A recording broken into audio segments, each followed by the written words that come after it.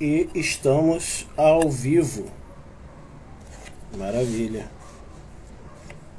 Ó, barbicho. Que bonito, que alegria, que beleza.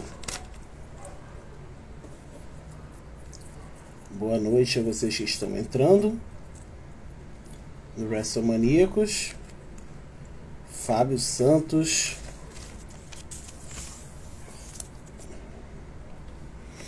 Boa noite. Boa noite a vocês, ó. André Stank. Vê se o som tá direitinho, se vocês estão me ouvindo, se tá bacana. Careca tá brilhando. Sirley Lima S2. Boa noite a todos. Johnny Marques, o dono dessa casa. Beijo, Johnny. GLM BVT. Olá, olá. Calixto Júnior Oliveira, boa noite. Gustavo Rocha também, boa noite. Som tá bom, maravilha. Show de bola. Quer beijar aqui, ó? Enquanto o nosso entrevistado não chega, já me avisou que está chegando, porque vocês não vão me ouvir hoje, porque não é sexta-feira, não é dia de perguntas e respostas. Mas também, todavia, contudo, a gente precisa lembrar que nós temos não só essa live, ela vai se tornar um podcast, né? Então vocês já fiquem ligados que logo, mas é sempre bom ver, ó. Atrasa 5 minutinhos aí que eu tô voltando pra casa, bicho.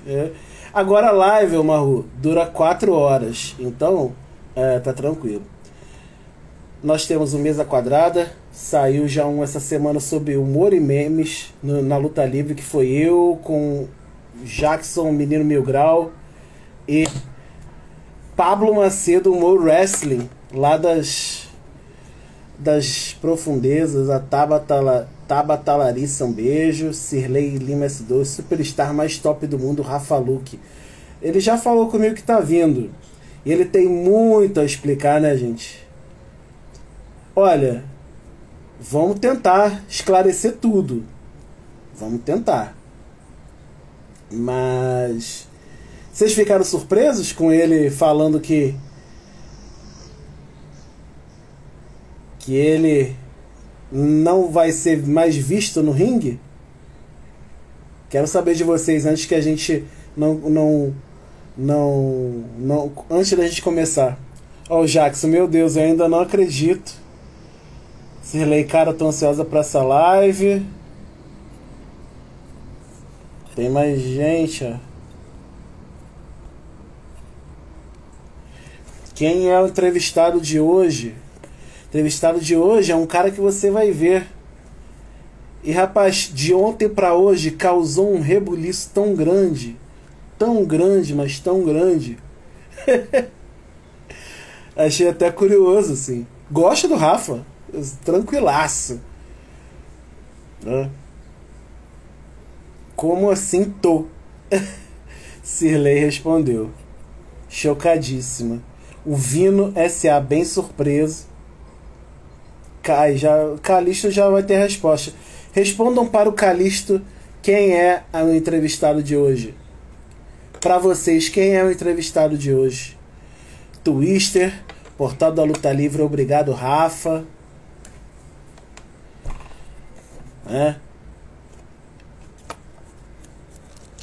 Hashtag thank you, Rafa. Rapaz. Rafa já falou que já vem, tá? Eu abri na hora certa, porque agora a gente já... Não é o Carlito. Um dia, quem sabe, mas ainda não é o Carlito. E aí eu vou lembrar vocês, nós temos o Mesa Quadrada, nós temos o Terceira Corda, nós temos o Senta Que Lá Vem Story, e nós temos todas as entrevistas aqui que vão pro Holofote WrestleManiacos. Olha aí, César Bononi. Beijo pra você, César. Chefe chegou. Olha aí, GLMBVT. Rafa foi um dos caras que me fez me apaixonar pela luta livre nacional. E pra vocês? Quero saber. Tô curioso. Porque assim, eu sabia que ia ter uma comoção, né? Afinal, não o verão, mas no ringue. Mas... reconectou.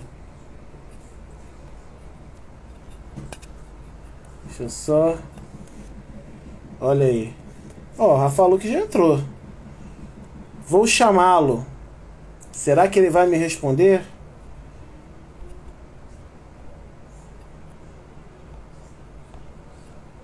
Vamos lá. Meu Deus, enviei solicitação. O povo já tá nervoso. Nervoso.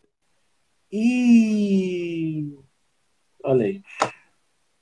Que maravilha. Boa noite. Correu? Boa noite. Peraí, tá bom o áudio? Tá um pouquinho baixo. Se aumentar um pouquinho, vai de boa. Melhorou? Fala aí de novo. Melhorou? 1, 2, 3, testando o som. 1, 2, 3. Eu tô me ouvindo. Peraí. E agora? Agora melhorou. Tá. Tá dando pra me ouvir direitinho? Tô tranquilo. Só tava preocupado se tava dando pra mim ouvir. Ah, tá, entendi. Rafa, boa noite. Boa noite! Como estão? Como o senhor está? Como está o pessoal aí do chat? Ó, o pessoal do chat... Como é que você acha que o pessoal do chat tá? Cara, eu não sei, porque eu tô surpreso com todas as mensagens, todo esse rolê aí. Eu não imaginava que ia dar tanto barulho assim. Até porque eu tava já, como eu comentei no Twitter, eu já tinha dado várias brechas e dicas e sinais e só faltava a coragem pra soltar oficialmente. E aí achei que ontem era um dia especial, um dia simbólico pra isso. Entendi. Vamos pelo começo, porque até a gente chegar, né? Sim, Eu acho que você tem uma jornada, não é de imediato. Como é que a luta livre chegou até ti? Você correu atrás, achou por um acaso, veio pelo videogame, veio pela TV, como é que é esse esquema pra tu? Eu não lembro exatamente como, mas eu, com 6, 5 anos de idade, eu assistia na Gazeta os Gigantes do Ringue. Uhum. Então, tipo, o meu domingo à noite era tipo, Gigantes do Ringue, e aí depois o Mesa Redonda, Futebol Debate, interrogação, exclamação. Então, eu depois de anos, fui lembrar, tipo, meu tio me falando, nossa, se a gente ligava aí pra você tava domingo à noite, era certeza, você tava assistindo isso daí. E aí, sempre que eu via alguma referência de luta livre, tipo, seja numa fita de Super Nintendo, ou algum jogo, ou algum filme, eu sempre parava pra ver, mas só em 2008 eu fui conhecer a WWE no SBT e entender o que era, tá ligado? Tipo, uma coisa legal é que no dia que estreou a WWE no SBT, o meu primo veio aqui em casa, trouxe o videogame e eu conheci o SmackDown vs Raw 2007 no mesmo dia. E aí ele falou, oi, vai começar a passar na TV hoje. Eu falei, não, esses caras aí do videogame existem mesmo? E aí a gente jogou a manhã toda e aí à tarde a gente assistiu. E aí daí pra frente foi, tipo, eu gastava todas as moedas que eu pegava indo pra Lan House assistir luta livre no YouTube, tá ligado? Tipo, isso de 2008 até 2011 foi direto, só gastando dinheiro com luta livre na Lan House. Uhum. E eu comprei o SmackDown vs Raw, e aí eu comecei a entender o que era o Raw, o que era o SmackDown, o que era a ECW. O que esse maluco que faz o Escorpião Rei tá fazendo nesse ringue, tá ligado? E tem uma geração que é criada no SmackDown vs Raw, né, cara, do PlayStation 2. Eu faço parte disso com muito orgulho. O meu primeiro foi em 2008, tinha aquele maravilhoso modo 24/7, que aí você era o GMzinho ali, bonitinho, escolhia a sua brand. E a partir dali que eu fui entender como é que funcionava mais ou menos a WWE. E quando parou de passar na SBT, continuei procurando formas de continuar assistindo. Até que eu conheci a BWF em 2011, né? E aí você conheceu a BWF indo ao show? Alguém te falou e depois você foi? Cara, é uma parada que eu conheci a BWF pelo Orkut, atestado de idade aí, né? E é uma coisa que eu fui lembrar há uns 2, 3 anos atrás, nas lembranças do Facebook, que tem um post que eu tô combinando com os meus amigos da gente ir pro primeiro treino, que foi quando eu mandei mensagem pro Max Miller no Orkut, e aí ele passou o número do Bob Jr. pra gente. Entendi. E aí você foi ver o show ou foi já direto pro treino? Então, a gente ficou sabendo da BWF, tipo, em 2011 tinha um grupo, eu e mais uns 4 amigos, que assistíamos WWE e jogávamos os jogos e lutávamos no quintal de casa. Não faço isso em casa, mas a gente fazia. E aí a gente viu sobre a virada cultural de 2011, que ia ter BWF e a CMLL. E ali foi o primeiro show que eu fui ao vivo, assisti ao vivo. E na primeira luta tinha o Xandão, que era um cara que eu assistia no Gigantes do Ring quando eu era criança. E aí foi muito bom ver o cara que eu via quando era criança ali ao vivo. E aí, tipo, o primeiro show na grade, e aí os lutadores apontam pra você, batem na sua mão. E aí foi aquele dia que eu falei, eu quero fazer isso. O meu lugar não é do lado dessa grade, é aí em cima daquele ringue. E depois desse show, a gente foi no Anime Friends de 2011. A virada cultural foi mais ou menos em abril. E aí o Anime Friends era em julho. Demorou esse tempo pra gente ir no evento. E aí, nesse evento, a gente conversou com o Pirata. E aí o Pirata passou o endereço da academia e falou, não, tipo, a academia era lá na Vila Carrão, na Zona Leste aqui de São Paulo, e eu e os meus amigos estudávamos em Santo Amaro, mas metade do grupo era do Capão Redondo, outra metade de Interlagos, aqui na Zona Sul. E aí o Pirata falou, não, mas se você é o que vocês querem mesmo, não tem distância, tipo, vamos, e tem uma galera que vem de longe pra treinar, e eu tô lá e espero vocês lá. E aí, isso foi em julho, a gente começou a dar uma enroladinha, a gente tinha 17 anos, estava no terceiro ano do ensino médio, para sair de casa e pro outro lado da cidade ainda tava, ninguém manjava direito como fazer. E a gente começou a dar uma enrolada, e aí foi chegando no final do ano, e aí rolou o acidente do Pirata, e aí ele acabou falecendo, e a gente não chegou a ir treinar com ele. E ficou um puta peso na consciência, tá ligado? Tipo, pô, a gente tem que ir lá pelo menos pra honrar nossa promessa. E aí, uma semana depois, a gente foi. Foi um dos dias mais loucos. Primeira vez que eu fui pra Zona Leste da cidade, assim, tipo, em turma. E eu tenho esse dia muito na memória, foi muito bom. Mas essa rota ônibus, trem... Cara, foi muito louco. Eram 3 ônibus. A gente saiu às 4 de Santo Amaro pro treino começar às 7. E aí foi muito mágico a gente chegar lá, ver um ringue de perto disponível pra gente. O treino, o Bob e o Sônico passou o treino pra gente também. E foi um dos dias mais incríveis que eu vivi. Tipo, a gente treinou na terça-feira e falou, não, quinta-feira a gente volta com certeza.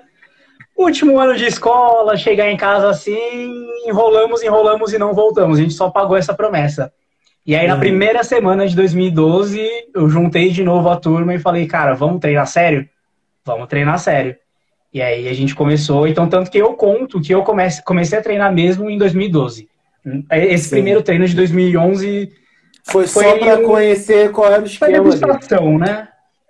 Foi um oi, gente, é isso que eu quero fazer, mas a gente só tomou a seriedade mesmo para começar a treinar em 2012 mesmo. Tipo, primeira semana de 2012 a gente começou aí. E você tem a memória corporal e mental do primeiro dia real desses 2012? Eu tenho a memória do primeiro dia, do segundo dia, da segunda semana. E acho que foi no segundo treino, num aquecimento, de entrar entre a primeira e a segunda corda rolando, de bater a coxa e falar, caramba, como minha perna tá doendo tanto porque eu bati na corda, velho. Eu bati a perna na corda e tá doendo, ficou uma semana doendo. E as costas, e todo o treino de queda, porque na época existiam os treinos de alunos aos sábados, mas terça e quinta era mais um treino voltado aos profissionais. E aí tinha de aluno mesmo começando, eu e mais esses meus 4 amigos, um deles está comentando aqui agora, o Balestre, e era isso, a gente chegava, aquecia na quadra do lado, e aquecia jogando bola, tá ligado? O toco no gol era uma das coisas mais maravilhosas que eu nunca vou esquecer na minha vida. O Dante perdendo gols e o Fred também todo desajeitado para jogar. O Fred Turbo era um dos poucos alunos que treinava durante a semana também, que é um dos caras da minha época. Sim. E não, era bem puxado. Eu nunca tinha treinado nenhuma luta antes de treinar luta livre. Então, de cara, fui pra lá e realmente é muito puxado. Você não tinha prática esportiva nenhuma que não fosse futebol de colégio? Futebol de colégio, e eu tinha um time com os meus amigos da escola que a gente jogou no colégio, e a gente montou um time que jogava todo sábado e domingo. A grande e saudosa Sociedade Atlética Sedução Azul. E a gente jogava futiliga, a gente jogava nas várzeas aqui do Salão de São Paulo. E fora isso, eu tive algumas semanas de capoeira quando era criança, mas séria mesmo foi só começando a treinar luta livre, em 2012 mesmo. Você, a partir de 2012, até você ter a sua primeira luta, ou melhor, pelo que eu vi, as suas primeiras 3 lutas, que não dá para falar que você teve uma estreia, a tua estreia foi tripla, mas já vamos falar disso, 1 ano por aí. Como é que foi essa questão dessa espera de 1 ano? Porque às vezes a gente vê muita gente chegando e conversando, pô, Aranha, eu quero treinar. Ah, beleza. Aí você indica para algum lugar. Você indica para algum lugar, aí o cara já chega e a gente conversa isso claramente. O cara já chega já com um papel dizendo o que ele quer ser, como é que ele vai ser, e já diz assim, ó, em 6 meses eu tenho que estar estreando, lutando pelo título principal, já aprendendo tudo. Qual é a importância desse tempo de treinamento? Porque, e ainda mais no teu caso, que a tua prática era de esporte totalmente diferente do que é a luta livre, né? Eu comecei a treinar em 2012, mas eu também entrei na faculdade em 2012. Então, eu treinei direto janeiro, fevereiro, e aí começaram as aulas. E aí eu comecei a ter que administrar falta na faculdade para conseguir treinar sem bombar, né, no primeiro semestre. Então, além de ter sido 1 ano e 3 meses, 1 ano e 4 meses até eu conseguir estrear, ainda tem esse desconto que eu não consegui treinar exatamente esse tempo inteiro. Então, eu tinha ciência de que ia demorar um tempinho a mais. Tanto que o período que eu mais me desenvolvi foi de dezembro a fevereiro de 2013, quando eu consegui treinar terça, quinta e sábado. E aí foi onde eu consegui dar um gás para essa reta final aí, antes de estrear. Mas eu sempre fui muito tranquilo quanto a isso. Claro que eu tinha ansiedade de querer estrear logo, claro que eu via outros alunos estreando e falava, meu, quando vai chegar a minha hora? Tipo, da minha turma, assim, em ordem, foi o Fred, depois o Soli, e aí depois eu e o Vitão, Big Dog, na virada cultural.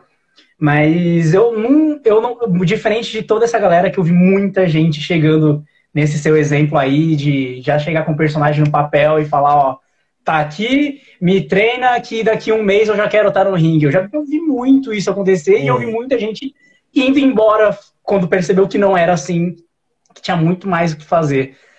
Mas tanto que uns 2 meses antes da virada cultural, que eu já tinha ideia, assim, tipo, não era oficial, mas eu já sentia e eu já ouvia, já chegavam os lutadores experientes, já falavam, ó, já fica esperto aí, dá esse gás que a virada tá chegando e vai ter estreia do pessoal, então se você estiver pronto, você vai. E aí eu lembro de uma noite que o Bob chegou em mim e me perguntou, e aí, o que você tem de personagem pensado? O que você tá pensando em fazer? E ele me deu toda a liberdade do mundo para propor. Uhum. Só que a minha ideia era bem mais ou menos mesmo. Eu consigo ver hoje que era muito mais ou menos. E aí ele me veio com a ideia do mais ou menos da direção do que vocês conheceram. Ele veio com a referência do Lenny Kravitz, ele veio com a ideia do Superstar. Total crédito ao Bob Jr. E aí depois eu só tive que destrinchar essa ideia e montar. Mas quem deu o direcionamento foi todo o Bob. Incluindo o próprio nome, transformou o Rafael no Rafa Luke? Aí não. São a mesma? Não, ele me deu o caminho e falou, ó, eu acho que vai ser muito bom se você seguir por esse caminho. Pensa aí. Entendi. E aí eu, baseado no que ele falou, consegui dar essa desenvolvida e, modéstia à parte, acho que deu certo. e o Luke veio de onde? É um apelido que eu tinha desde dos meus 14, 13 anos, e aí eu resolvi continuar a adotar com um nome artístico. Tem gente que até hoje acha que faz parte do meu nome oficial mesmo, desde o tempo da escola. Então eu falei, na falta de algum outro nome melhor, assim, eu acho que eu vou assumir o meu próprio nome e apelido e vamos em frente. 2013, maio, você estreou na virada. Você lutou uma luta de duplas, você e Dynamo, contra Insano Igor e Menek Esga. Você lutou depois contra Xandão, se não me engano. E na mesma noite, você ainda lutou contra Knockout Jack. E abri a cabeça de Knockout Jack. E você ainda, nessa espera, alguém fala assim, você vai lutar. Ok, o que você espera? Você vai lutar, alguém que está começando, uma vez. Mas essas duas adicionais estavam no bolo ou, tipo, apareceram o Bob ou alguém lá falou, tá precisando, vambora? Não, a virada a gente já tinha consciência que o pessoal que luta na virada luta mais de uma vez. Eu acho que o recorde é do Max Miller, que ele lutou umas 6 ou 7 vezes em 24 horas. Vixe. Se não me engano é isso. E começou o evento, eu comecei como juiz. Então tem fotos minhas na virada de 2013 como juiz. Eu fui juiz da luta do Zumbi contra o Sinner do Chile, que é maravilhosa. Eu fui juiz da luta em que a Bia e o Cadu se tornam campeões de duplas. Também tem a foto levantando a mãozinha dos dois. E era um show mais ou menos a cada 2 horas. Então, até a 1h30 da manhã, eu ainda estava como juiz e curtindo o evento, ajudando na produção. E aí o Igor me chamou de lado e falou, ó, se troca que você vai lutar no próximo show. E aí eu falei, ok, vamos lá. E foi aquilo muito... Faltam palavras, né? Tipo, lembrar da Praça da Sé, 2 horas da manhã, lotada. E foi muito bom. O Igor foi um dos meus professores e o Menia, que é um cara extremamente profissional, gente boa, gente finíssima. Eu lembro que assim que acabou a luta, entramos no vestiário e aí ele, tipo, parou todo mundo que tava no vestiário e falou, não, peraí, pessoal, primeira luta? Aí eu, primeira luta. Aí ele puxou uma salva de palmas, tá ligado? Tipo, foi muito bacana isso, foi muito bom. E aí teve mais um show nessa madrugada, a gente dormiu e aí no primeiro show da manhã foi essa luta com o Xandão, que foi nesse show e teve a estreia do Vitão Big Dog, que ainda era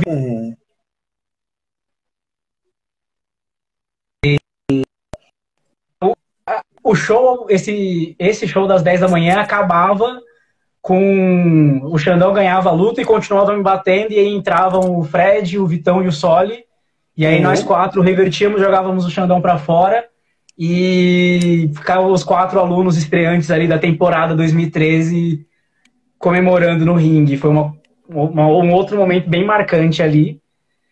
E essa luta com o nocaute foi um evento paralelo da virada cultural. Não foi lá na Praça da Sé. Foi um show no Sesc Santo Amaro. Ou seja, Você saiu Santo Amaro do centro e foi até Santo Amaro. Exatamente. Ficou a equipe principal lá fazendo o evento lá ainda na Praça da Sé, as lutas por cinturões. E aí foi alguns lutadores pro Sesc Santo Amaro, Zona Sul de São Paulo, minha área. E aí lá tinha mais dos meus amigos, alguns já estavam na virada, viram minha estreia lá. Mas boa parte dos meus amigos foram só no Sesc à tarde. E aí viram essa luta com nocaute, que foi muito boa também, muito legal. Num dia, pegar três caras, quatro, né? Contando com o argentino, mas o Xandão é o cara que eu via na TV quando eu era criança. O nocaute é uma lenda da luta livre, na época já era, hoje, então tá aí. Quando ele apareceu no show da Band foi incrível.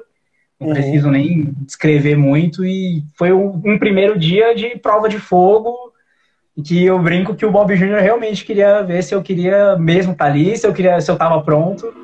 E foi sensacional, foi muito bom.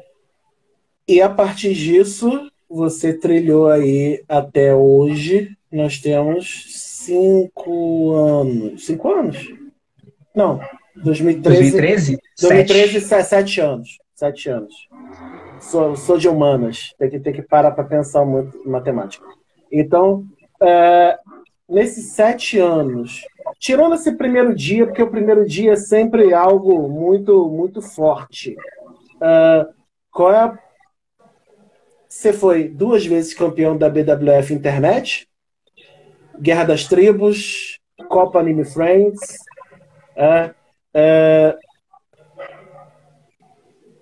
Qual é a primeira lembrança assim, que você vai guardar? Aquela que você vai pegar e vai contar para os teus filhos assim, dentro do ringue e falar assim: eu fiz isso.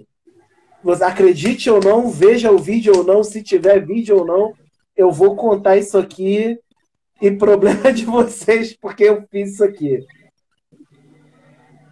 Cara, eu sempre vivi muito intensamente, aproveitando os momentos, então eu não sei escolher um momento só, principalmente por conta de título, mas eu vou colar aqui do comentário, porque com certeza é a viagem para Salvador, que a gente passou uma semana vivendo de luta livre, tá ligado? Foi a José Cuervo, a Tequilas José Cuervo, contratou a gente para fazer alguns eventos. Primeiro foi uma festa de uma faculdade aqui de São Paulo, depois o rodeio de Aguariúna, e aí depois eles levaram a gente para Salvador para fazer uma ação num camarote durante o carnaval. Então eram 7 dias, a gente ficou 7 dias fazendo shows, era um show por hora, das 7 da noite às 3 da manhã. Eram apresentações de 15 minutos, uma vez por hora. Chegou no terceiro dia, a gente já estava destruído, mas a gente queria continuar.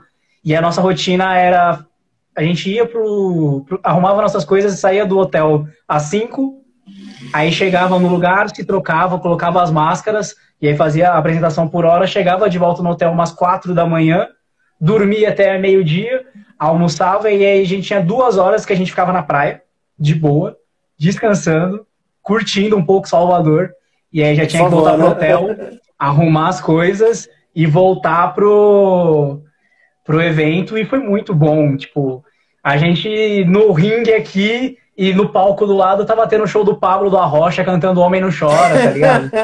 E a gente dando tesoura e cantando. A gente, nossa, tem várias histórias. Aquela vozinha fininha entrando lá no ringue, né? Ó, temático pro dia de hoje. Mas, e aí tem várias histórias de bastidor desse dia que, meu Deus, Michael Fury... enfim, quando o Michael Fury vier, ele conta. Deixa pra lá. Assim, as tuas experiências que eu vi são muito baseadas na convivência com as pessoas. Quão importante foi para você essa convivência com as pessoas, não só dentro do ringue, né? Aquela coisa muito protocolar de cheguei, conheci você, fui lá. Não. Parece que a coisa, você Não, e não só a geração que chegou contigo, mas a geração que veio depois de ti e antes de ti, é, criou um certo elo. Como é isso no teu ver, a importância para ti?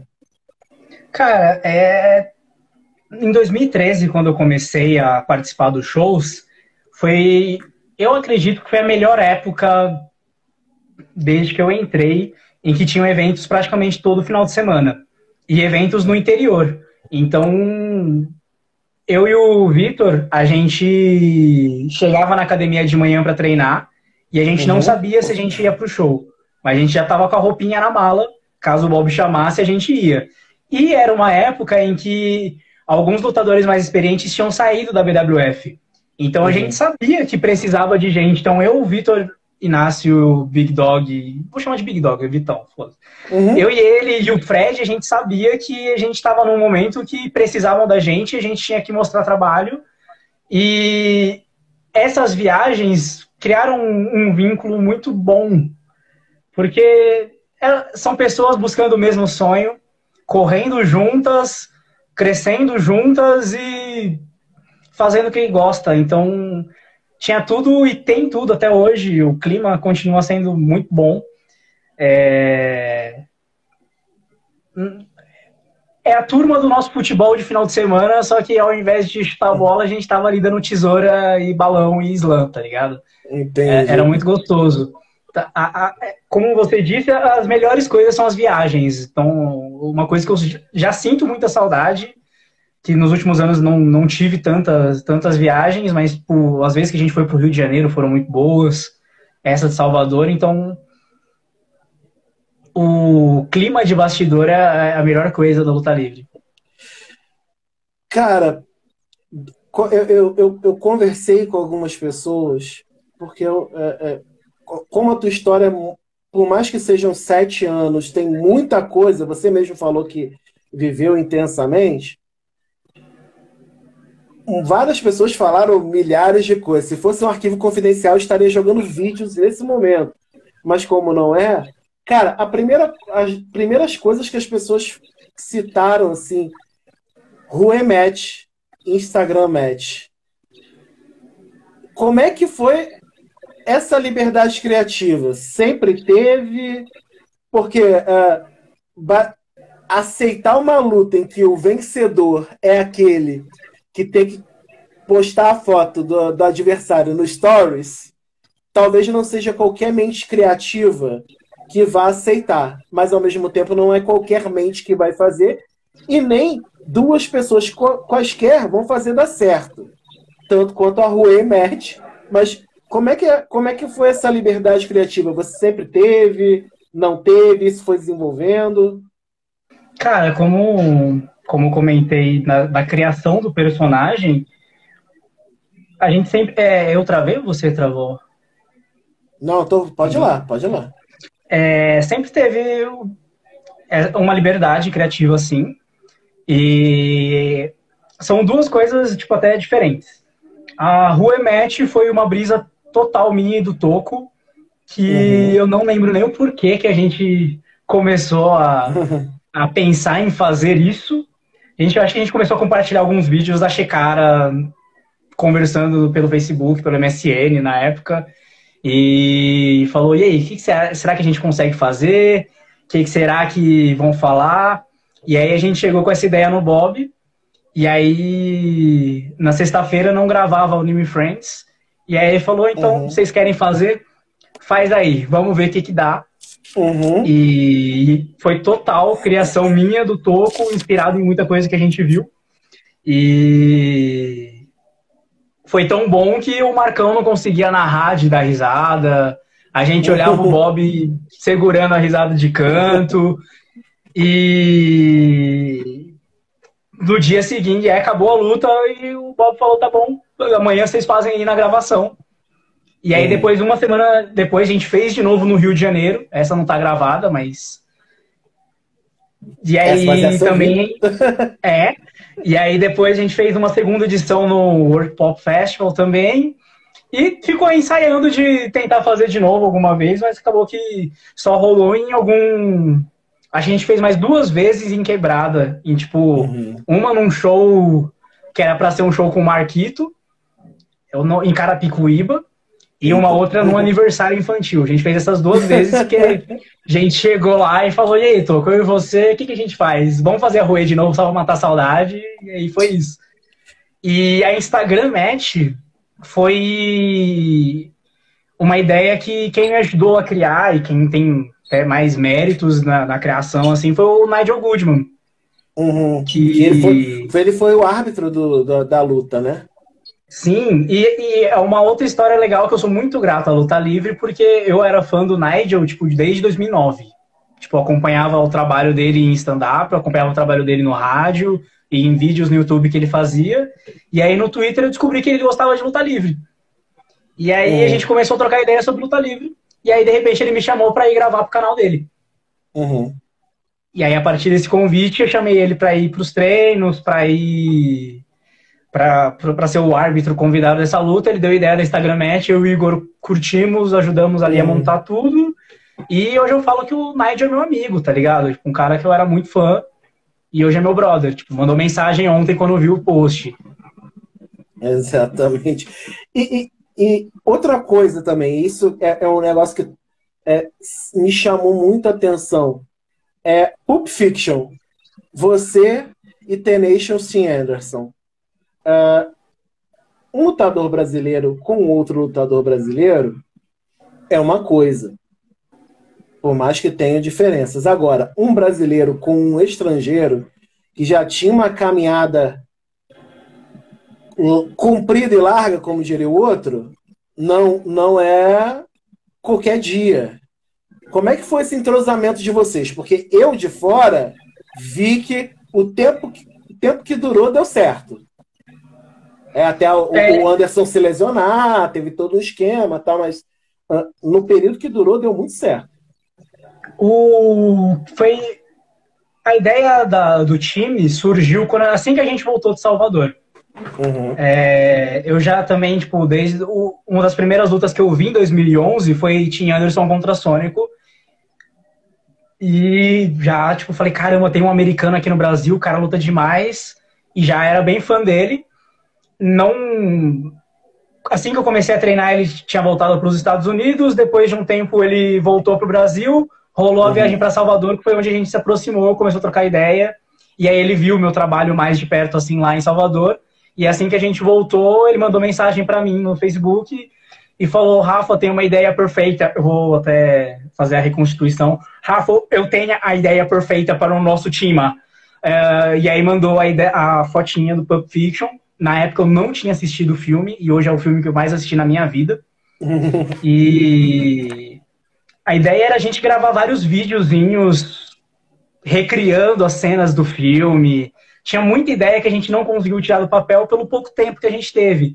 Porque foram menos de 5 meses, assim, de fevereiro até julho, quando a gente fez... E inclusive a gente só fez uma luta, que foi pelo título de duplas da New Friends, que aconteceram alguns imprevistos antes e durante a luta. Não foi tão legal em si a luta, mas a ideia do time e todas as possibilidades que a gente tinha pensado, tipo, em 2015 a gente já queria fazer um podcast sobre luta livre, a gente queria fazer vlogs, a gente queria fazer sketches, tipo, eram muitas ideias que infelizmente não saíram do papel. E infelizmente não saíram do papel, né? Eu falava que gostaria que quando ele voltasse para o Brasil a gente pudesse retomar essa ideia, mas agora nem ele retornando. Mas eu acho que o Tim foi embora até no final de 2015. Eu conversei com ele no começo do ano, ele estava para voltar no final desse ano. Talvez se não fosse a pandemia, muita coisa seria diferente aí no que poderia rolar. E aí a gente vê, eu tô aqui, enquanto eu tô conversando com você, o chat vai passando aqui e a gente vê o quanto as pessoas gostam, o quanto as pessoas te acompanham. E você é um cara bem ativo nas... Monster. O povo gosta pra caramba. Aproveita depois e printem essa cara dele com o monstro. Você tem uma relação muito boa com o pessoal nas redes sociais. Talvez seja um problema você torcer para Roma, mas a gente perdoa. E como é que Eu não perdoo o Totti. Não, né? Mas como é que essa relação com o público sempre foi tranquila? Já teve, não vou falar nem problemas pontuais, mas que sempre acontecem, mas problemas maiores, ou sempre foi muito tranquilo para você isso, de lidar com as pessoas tanto virtual quanto no real? Então, eu nunca tive essa separação, assim, tanto que depois de um tempo eu comecei a pensar, nossa, eu devia ter feito lá no começo um perfil de lutador e um perfil pessoal, por conta de algumas pessoas que às vezes passam um pouco do limite, passam um pouco da linha, mas de um modo geral eu nunca tive problema em responder as pessoas, eu nunca tive esse tratamento diferenciado, oh meu Deus, eu sou uma super estrela, não toquem em mim, não falem comigo. Depois de show, eu atrasava de ir embora, justamente porque eu ficava conversando, trocando ideia com todo mundo. Mas, te falar que o maior problema que eu tive foi quando eu tretei com o Mets. E aí eu recebi uma enxurrada de comentários e fui um pouco perseguido pelos inscritos dele. Mas, fora isso, foi tudo tranquilo, aliás. Acho que é hora de virar a chavinha. Foi tudo tranquilo com as pessoas que vêm para falar tranquilo, mas quando... De uns anos pra cá eu fui perdendo a paciência com a galera que vinha só pelo hate, vinha só para menosprezar o trabalho de uma equipe para defender a outra. Esses foram as pessoas que foram fazendo eu cansar de ser tão bonzinho, sabe? De ser tão legal. Entendi. E somado a isso, você também tem um histórico de lesões, né? Qual foi a primeira vez que você se machucou? Cara, a primeira vez foi num treino que eu machuquei o pescoço. E aí eu fiquei uns 2 meses tratando, afastado, voltei. 2 meses depois foi a primeira lesão mais séria, que foi quando eu tive a ruptura do cotovelo na luta pelo título internet contra o Dante, que, em 2016. E foi ali que eu perdi praticamente o ano inteiro, né? Que foi dia 1º de maio. E eu só fui voltar a lutar em dezembro. Então, eu fui o campeão que ganhei o título machucando e na luta seguinte já perdi o título. Mas foi onde eu passei um pouco mais de perrengue, porque dali do ginásio o Bob me levou para o hospital e aí a médica só pediu um raio-x, ela falou, no raio-x não deu nada aqui, tá tranquilo. E aí gelo, anti-inflamatório, vai para casa. Passou uma semana, continuava inchado, roxo, fui em outro médico, pedi outro raio-x, gelo anti-inflamatório, vai para casa. Aí eu marquei um outro médico que pediu uma ressonância e aí viu o ligamento machucado. E aí eu perdi praticamente 1 mês só até ter o diagnóstico do que eu tinha para poder começar a tratar corretamente.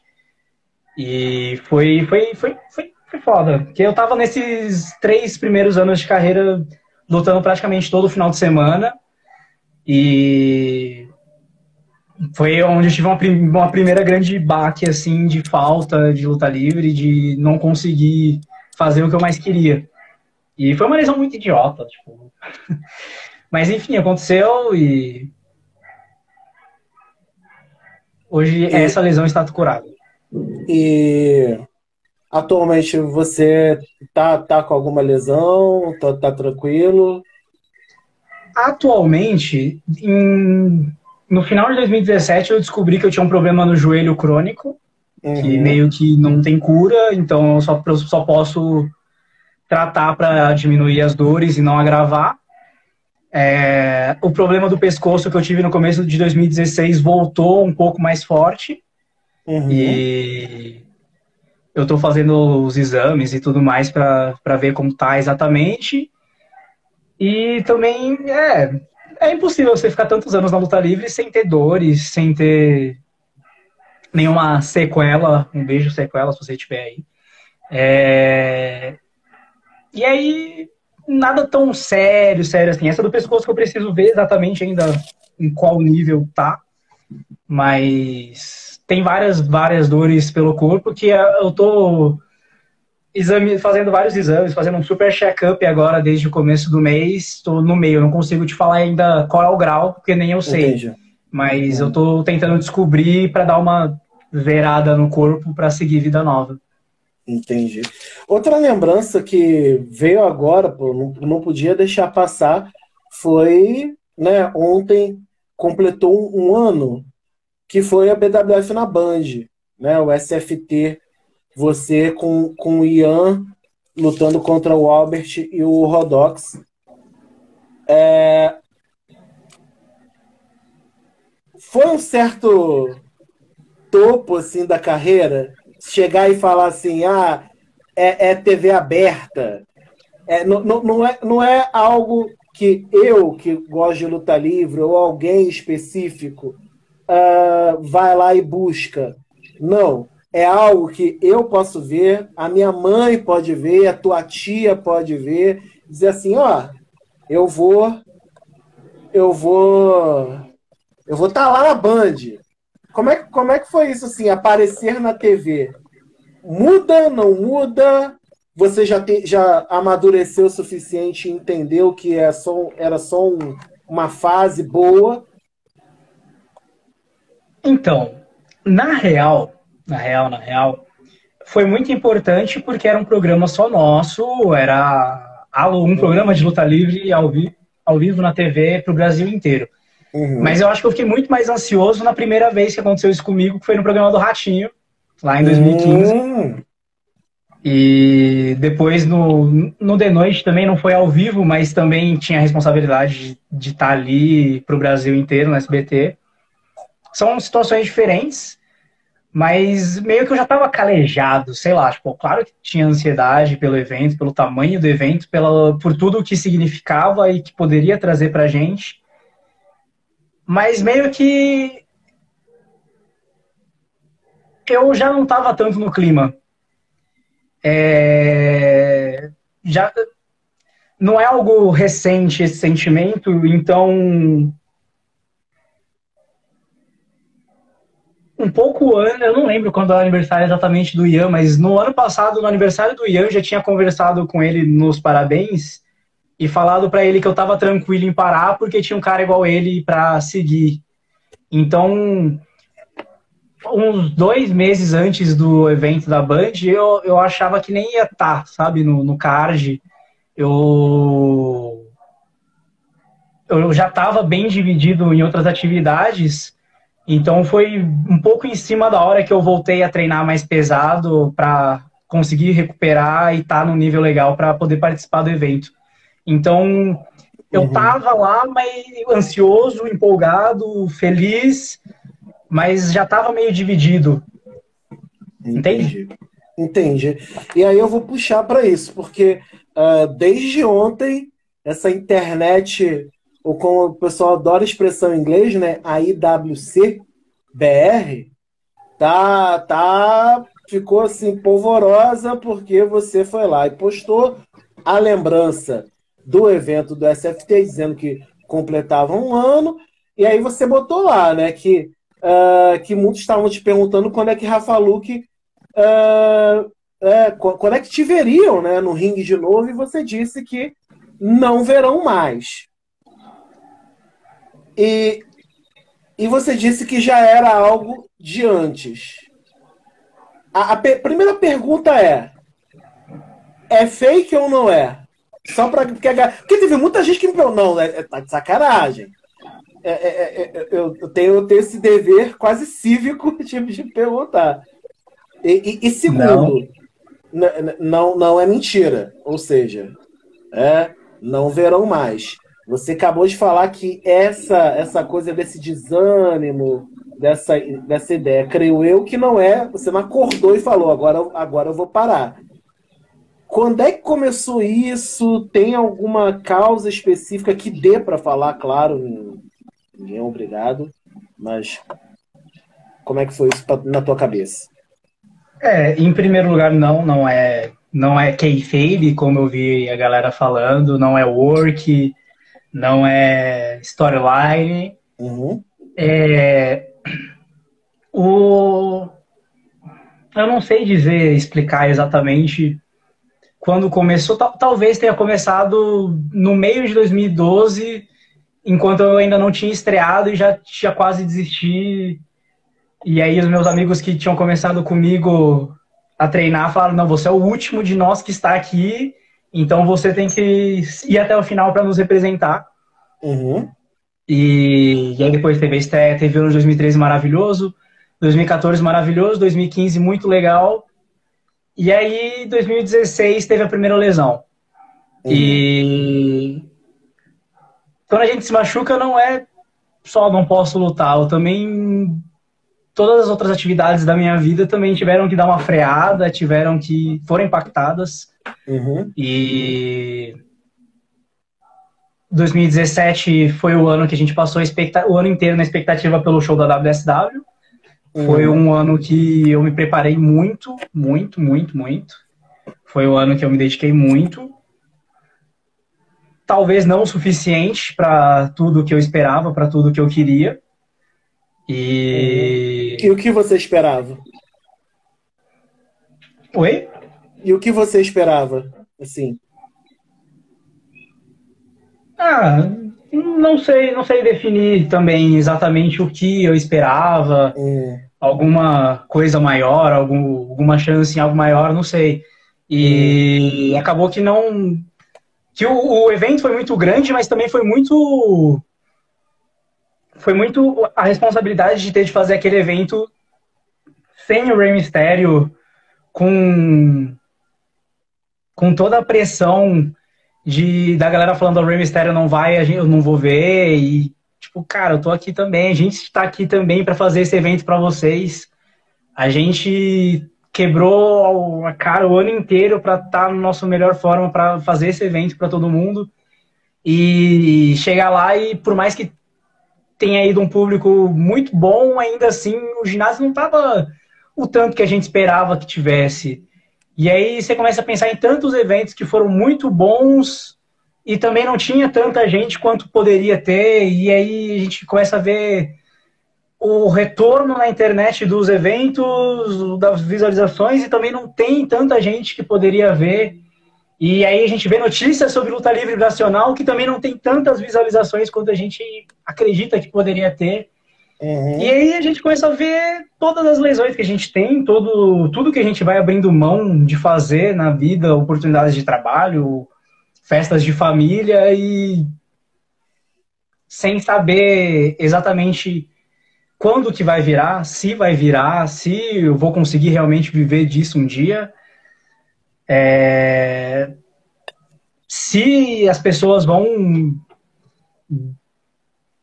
É complicado porque é uma frustração esperando dos outros algo, entendeu? Então não é uma coisa que depende tanto da gente. Claro, depende. Tem que fazer o trabalho muito bem feito, tem muitas coisas que dá para se melhorar em vários pontos do evento, do show, mas ainda assim são muitas frustrações em várias coisas diferentes que foram amadurecendo essa sementinha, essa vozinha aqui, tipo, a idade tá chegando, você tem que fazer alguma coisa que te dê futuro, entre aspas, né? Depois de 2017, dos eventos de 2017, de 2018 para cá, eu sinto que eu fui muito tempo empurrando do jeito que dava, fazendo as coisas pelo nome, com o nome que tinha, não rendendo o tanto que poderia. Ainda assim, fiz muitas coisas legais, acho que sim, mas tenho certeza que poderia ter sido muito melhor. Depois do evento da Band Aranha, você está me ouvindo? Você está bem qualificado. Estou te ouvindo, pode falar. Tá. depois do evento da Band, de toda aquela adrenalina, de toda aquela sensação de dever cumprido, sim, recuperei muito da vontade. Foi um dia muito importante, muito especial. Tanto que no começo desse ano eu estava muito bem, estava com os planos de fazer muitas coisas aí nesse ano. Estava de novo na forma de 2017, até um pouco melhor. E aí chegou março e a gente parou de novo tudo. Uhum. O mundo parou. Verdade. E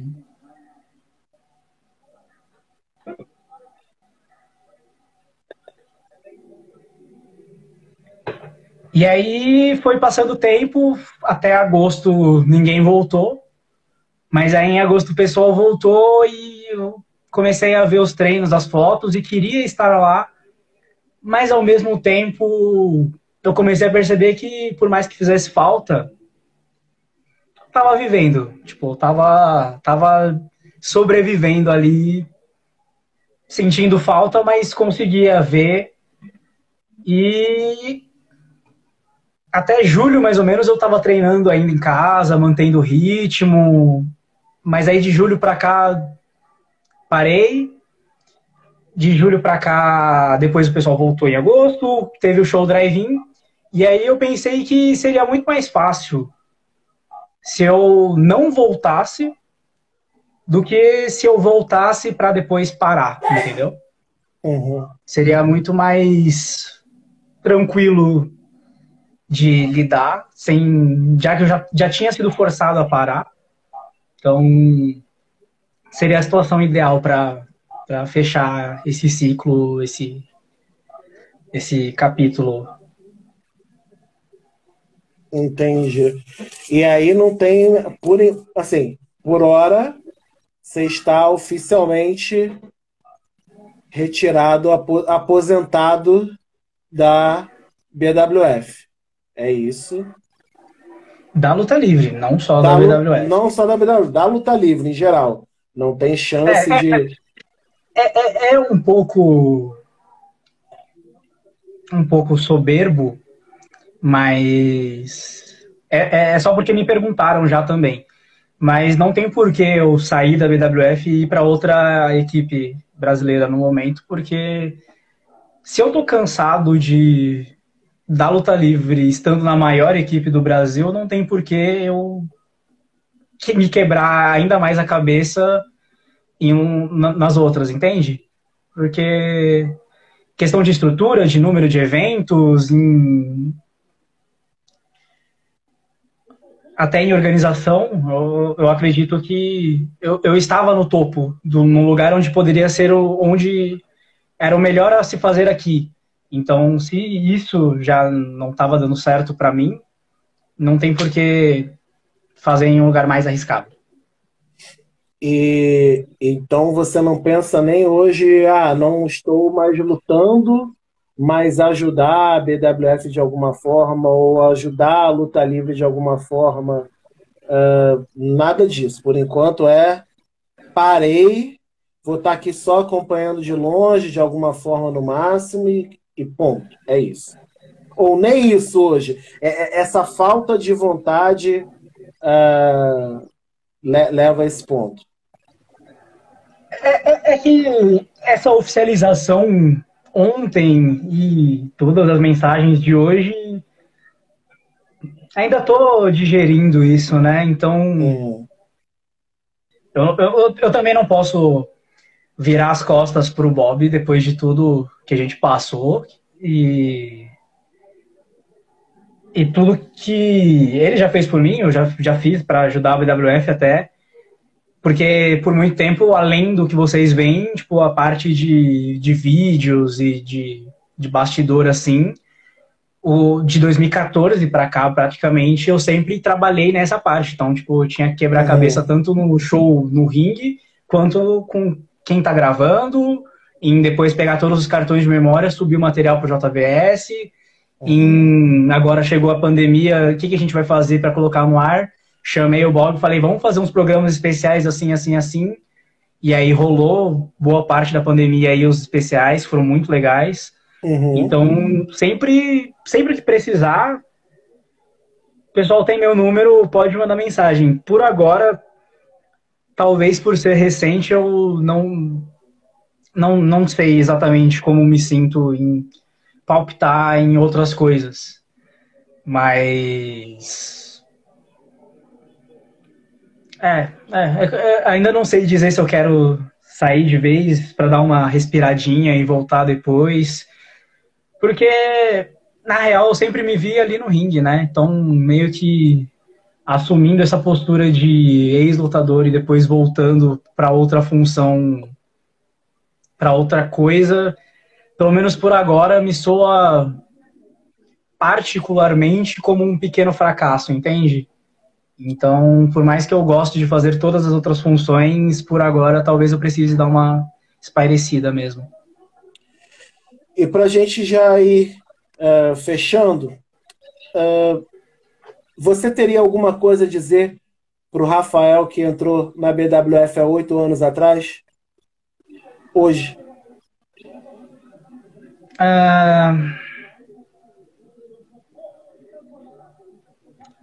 Se prepare mais, se dedique mais, porque você poderia ser muito mais do que você conseguiu e você conseguiu muito. Uhum. Entendi. Rafa, a única coisa que eu consigo dizer essa hora, com uma via dutra de distância, é que eu conversei com várias pessoas. Você talvez saiba, ou talvez não tenha noção da contribuição que você tem para o que é a luta livre nacional hoje. A gente sabe que você sabe, talvez com mais expertise que eu, que esse caminho é bem complexo. E todas as pessoas têm lembranças boas de ti. Todas as pessoas têm coisas boas de ti. Semana passada eu estava aqui conversando com o Axel. E não foi só ele. Outras pessoas, você perguntava assim, tem alguém que você queria lutar? Normalmente você caía já lá na lista das pessoas. Né? Desde o Axel, vi o Charles, e dentre outros, e outras também que eu conversei, falaram isso. É claro que a gente não pode obrigar ninguém a voltar. Fala, volta aí, cacete, porque é a tua escolha. É claro que eu seria hipócrita de dizer assim, não quero mais te ver, mas hoje faça aquela escolha que a tua mente, teu coração te deixam em paz. Se você precisa dar um tempo, dê um tempo. Se você precisa, como está dizendo, dar uma parada, dá uma parada. Mas saiba que o teu espaço, cara, ninguém tira ali dentro. Não só da BWF. Que a história tá aí para contar.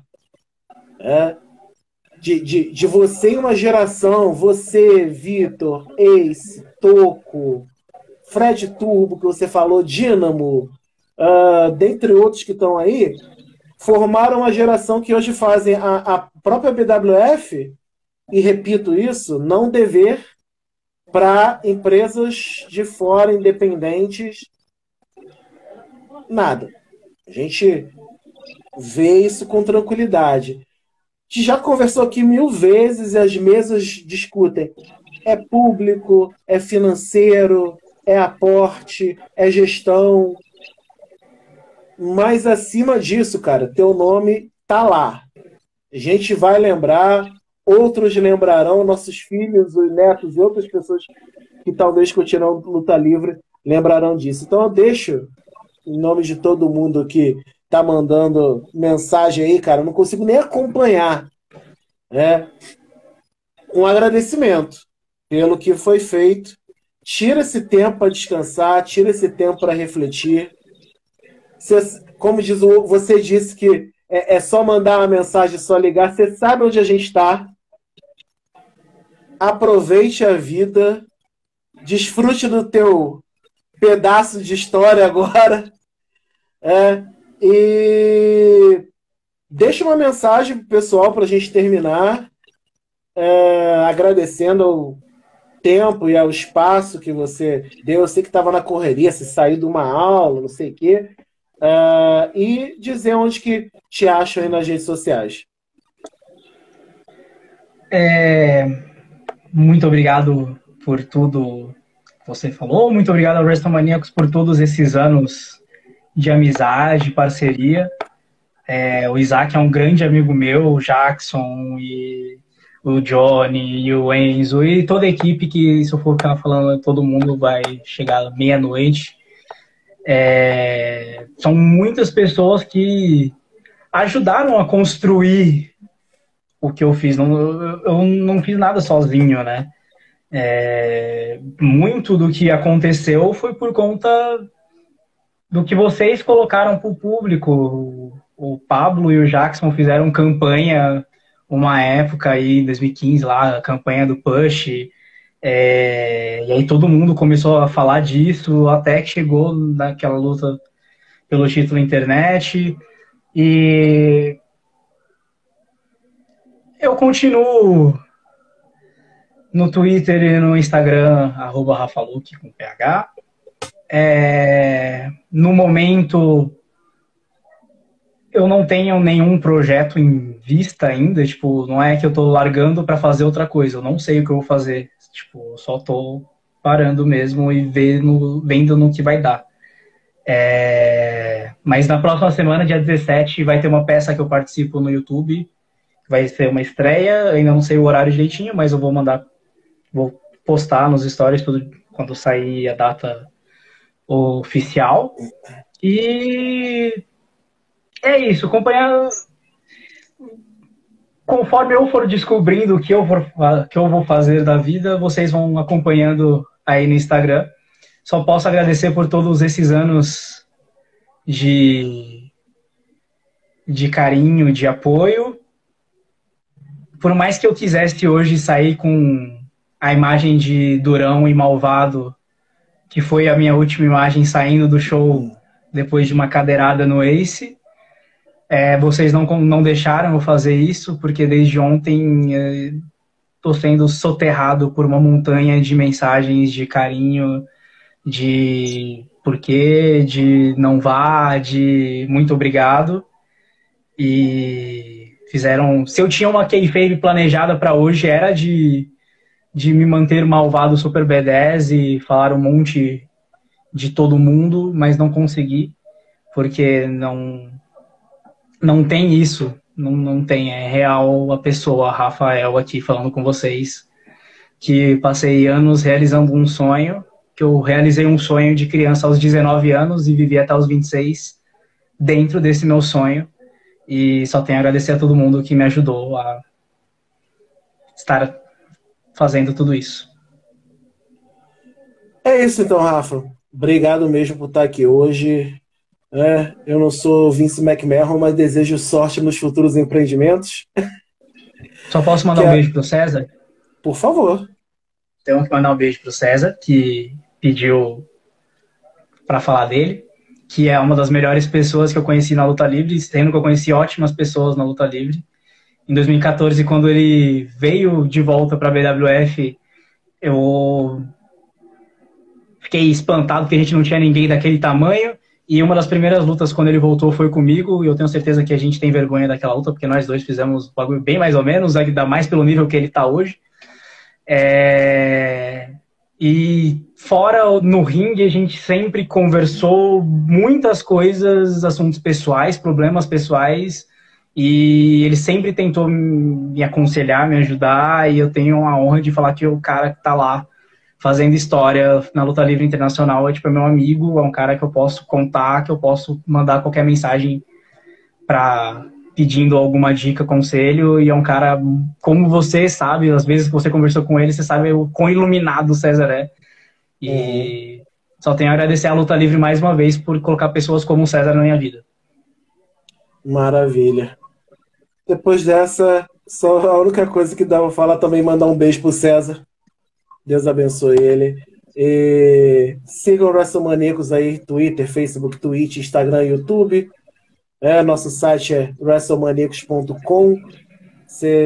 Vocês daqui a pouco vão ver também essa nossa conversa nas redes sociais e também verão no nosso podcast, o Holofote WrestleManiacos. E é isso, galera. Semana que vem eu tô de volta e a gente se despede aqui com um beijo, um abraço, pedindo que fiquem com a gente aqui, porque WrestleManiacos somos maníacos pelo wrestling, mas somos gratos pelo wrestling também. Obrigado, Rafa. Obrigado por tudo. Beijo, um abraço. Fomos.